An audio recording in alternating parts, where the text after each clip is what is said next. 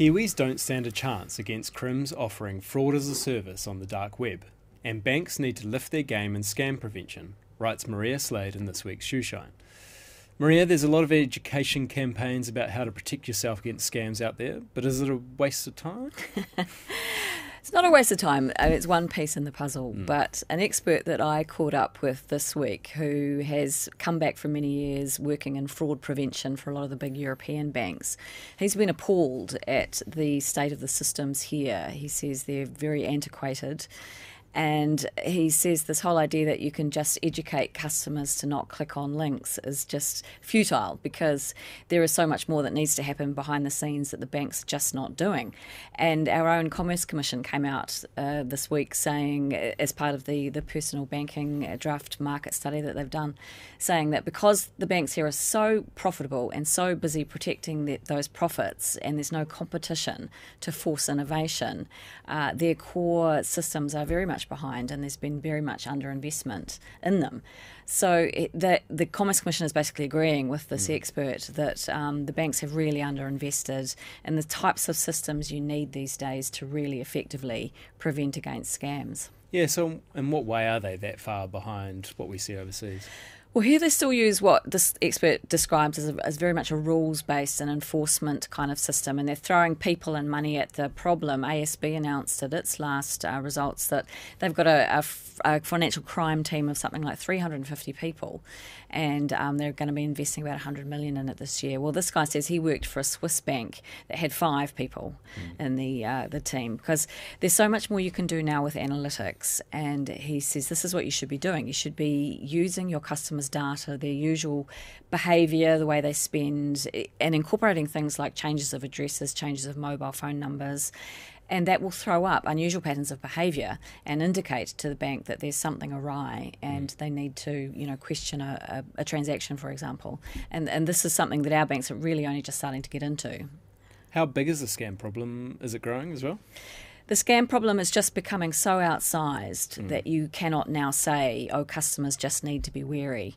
These are criminals who are developing what he calls fraud as a service products on the dark web, where sort of nefarious, terrorist groups and that can design frauds to, plug into a weakness in a banking system, a sort of off-the-shelf fraud kind of thing. So your average punter hasn't got a hope of picking that sort of stuff up. And, for example, the FBI came out with a report just a couple of weeks ago showing that investment fraud alone in the US, there was $5 billion lost last year to that.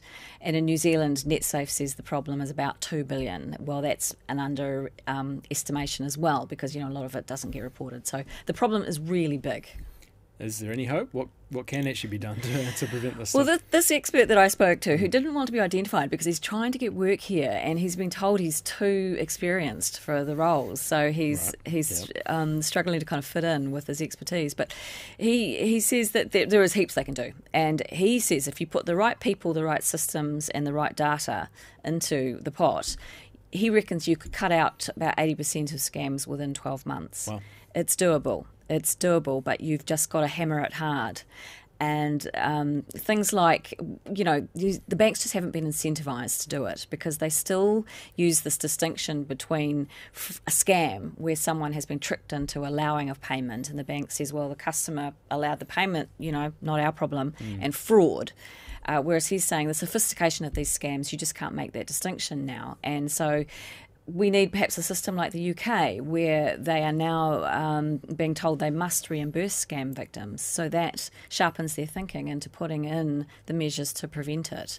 And he's saying perhaps that's what needs to happen here, and also perhaps a centralised system of data collection. Our banks have been working on cracking down on mule accounts, but that's only between themselves within New Zealand. There needs to be a lot more international data sharing, because apparently the crims do use the same accounts. So yes, there's plenty can be done. I get the sense as well that the narrative is sort of shifting from victim blaming, you got hoodwinked, to actually the banks are the ones who are responsible for this stuff.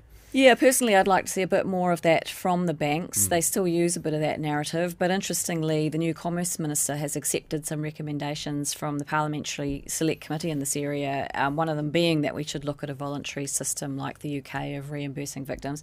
The Bankers Association came out just the other day saying, oh gosh, perhaps we ought to look at a voluntary system. So they're starting to move. But, like we haven't even got confirmation of payee yet, which is about the most basicest technique you can use, where you make sure the payee and the payer, it matches up. And we're not getting that till the end of the year.